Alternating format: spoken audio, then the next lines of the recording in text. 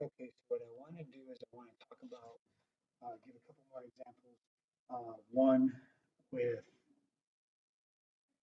isolating the variable,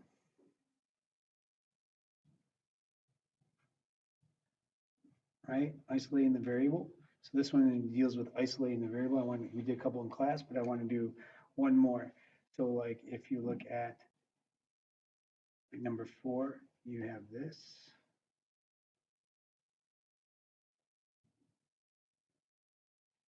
It's going from negative infinity to infinity. So what are we going to do with that? So what you're going to do is you're going to try to get it by itself. So first thing we're going to do is let's subtract secant y.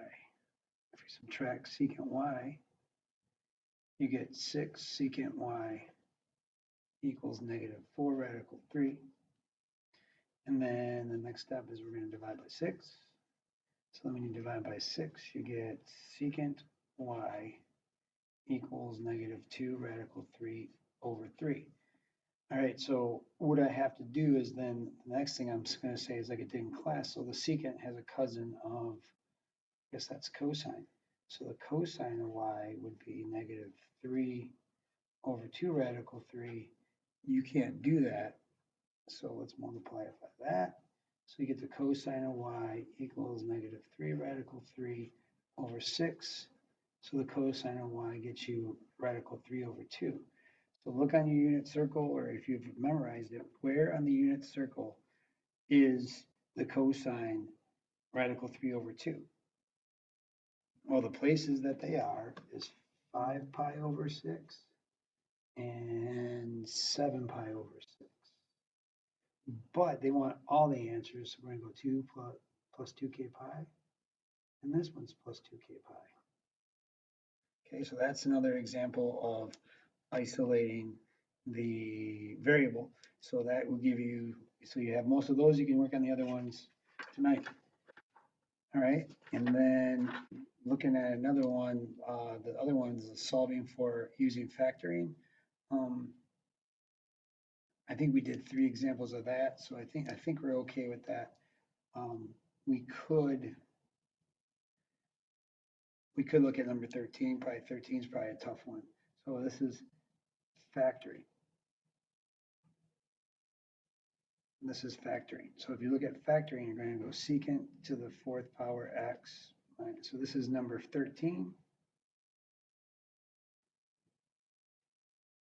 This one's interesting because you're like, okay, well, how do I factor? This, you got to have a keen eye for. This is like if I take secant squared and square it. And so what we're going to do is we can x factor.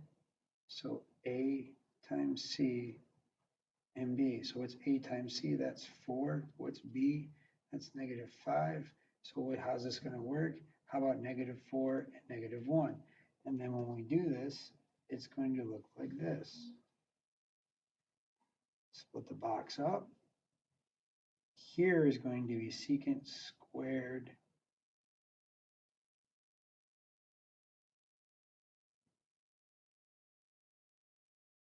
here's going to be secant to the 4th x. Down here is going to be 4, and this is going to be negative 4 secant squared x, and this is going to be negative 1 secant squared x. Okay, so then when you do that, you play a little tic-tac-toe. What do they have in common here? They have a secant squared x. They have in common here, they have a minus 4. Up and down is another secant squared x, and what's this? It's a minus 1. So then this factors out to be secant squared x minus 4 times secant squared x minus 1 and equals 0. All right, so next thing you have is you actually can break this down into difference of 2 squares, which we talked about. So this is the secant of x plus 2, the secant of x minus 2, the secant of x plus 1 and the secant of x minus 1, and they all equal 0. So what does that mean? That means that the secant of x plus 2 equals 0, the secant of x minus 2 equals 0, the secant of x plus 1 equals 0, the secant of x minus 1 equals 0. You solve these guys, you get secant x equals -2, secant x equals 2, secant x equals -1, secant x equals 1. All right? And now, looking at that,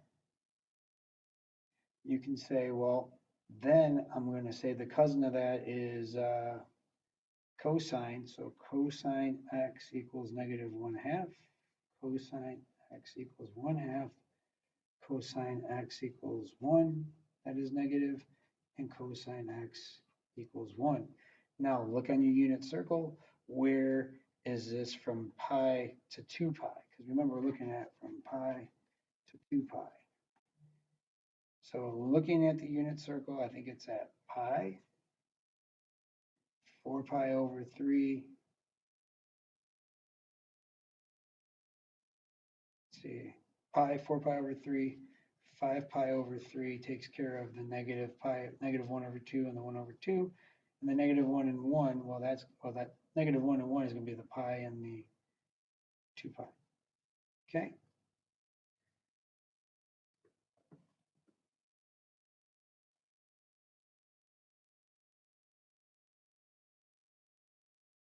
Cool. Works.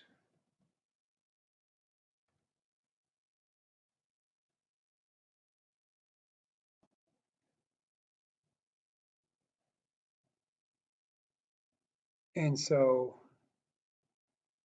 what I want to do now is I want to do another one with the basic identities. So let's do like 15 for the basic identities.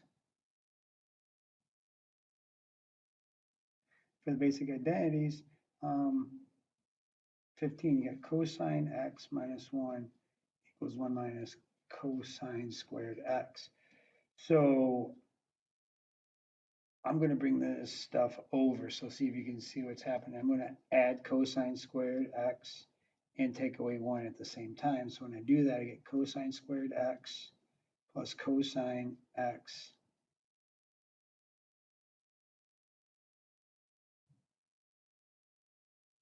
minus 2 equals 0, right? So there we have that. Now, actually, we could factor this, but if you wanted to, yeah, this is a bad example. We're not going to use that one because that one doesn't use any identities, and that's not cool. So let's look at one that does use identities. Well, the basic identities that they're going to use on these guys is 1 over, like it's going to be the quotient of Pythagorean. So I think we're okay with that one. So let's look at a different one. Let's look at, we did sum and difference in class, so I think there's only 2 examples on that. So really the ones that we didn't quite get to was solve using half angles and using product to sum identities. So let's look at those ones. Okay, let's look at those ones. So the first one, half angle identities. So if we look at 23, you got cosine of x plus 2 equals sine of x over 2, and they want it from 0 to 2 pi. So we talked about what that means. So what I'm going to do is I'm actually going to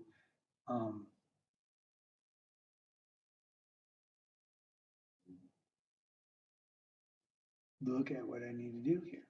So what I want to do is, I wonder if I have any half angle identities that I could use. Okay, so what I'm going to use is I'm going to use my half angle identity. So I got the cosine of x plus 2, and I'm going to pump in the half angle identity, which is 1 minus cosine x all over 2. And now I don't like that, so I'm going to times both sides by 2.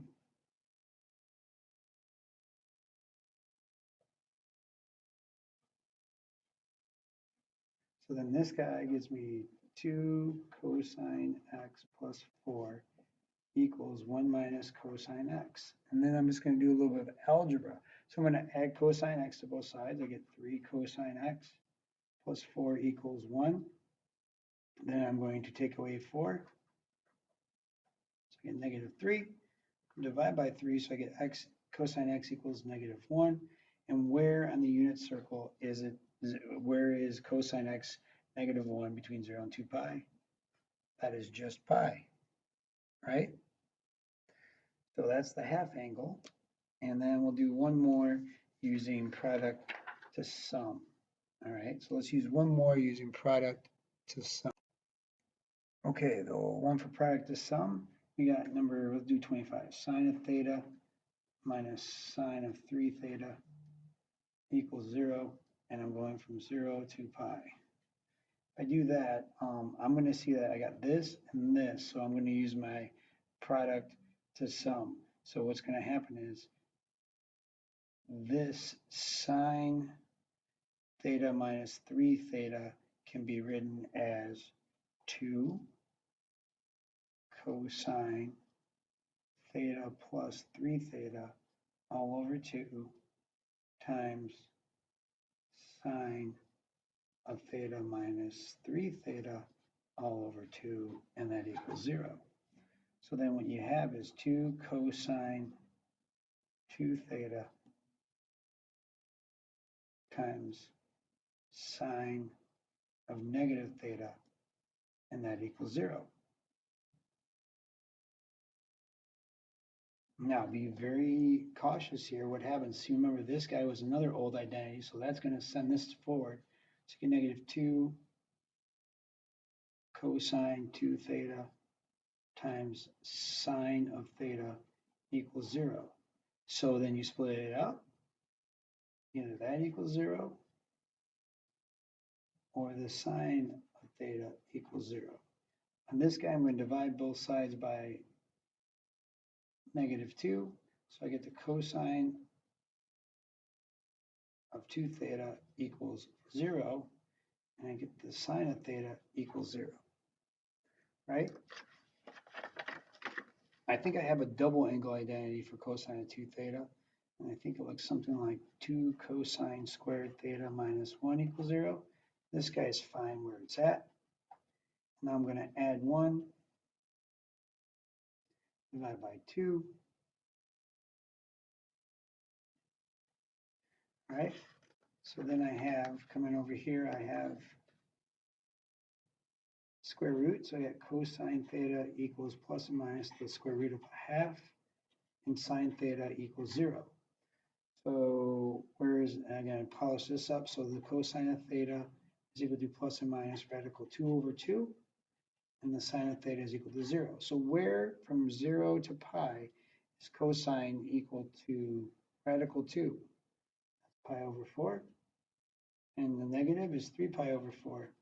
And where is sine 0? That's at 0 and pi. So that's how you do those. Hopefully that makes sense. Good luck, and may the force